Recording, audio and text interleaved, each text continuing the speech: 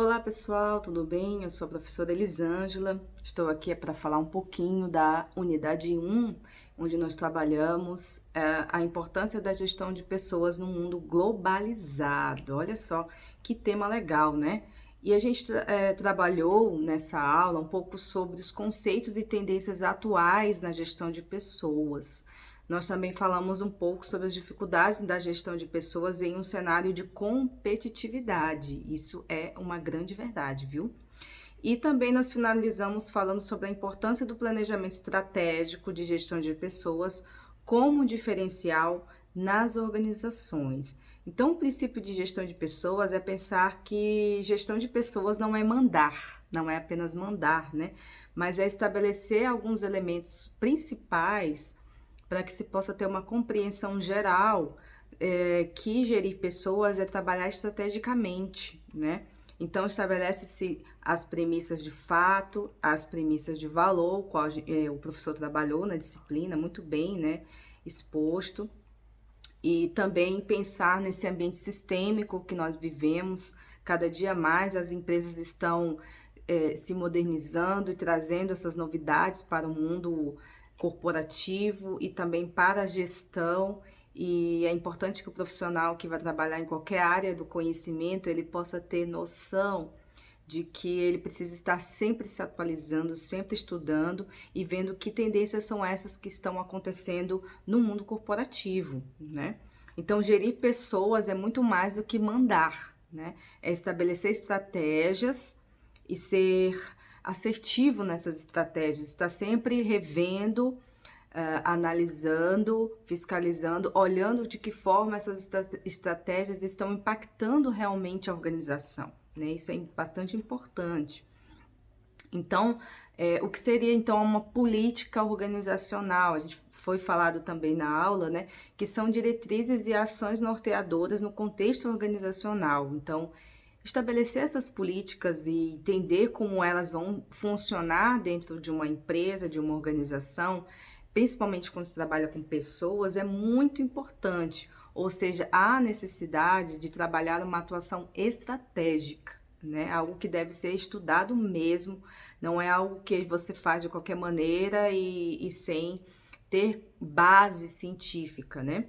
E o contexto do trabalho, o que nós estamos vivendo hoje no cenário atual? É um cenário competitivo, isso é fato, nós conseguimos visualizar isso todos os dias, principalmente com essa era do conhecimento e da informação, né?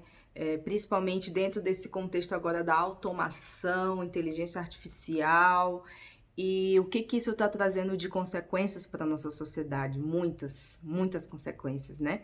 E sem deixar de falar sobre a questão ética, né? Que nós estamos, qual é o ser humano que nós estamos construindo para o futuro? Quais são as competências éticas que esse ser humano deve ter para estar no mundo do trabalho e que a gente tem uma grande interação humana. E quanto mais interação humana, mais as questões éticas vão ser reavaliadas. Então, é um contexto imaterial, é um contexto onde o valor do trabalho não está só na construção de coisas, mas a construção também de pensamentos, de tendências. Nosso trabalho está cada vez mais sendo em rede, né? Nós estamos trabalhando mesmo longe, ao mesmo tempo perto um dos outros e virtualizado, né? Cada dia mais virtualizado. Então, isso inaugura novas relações de trabalho.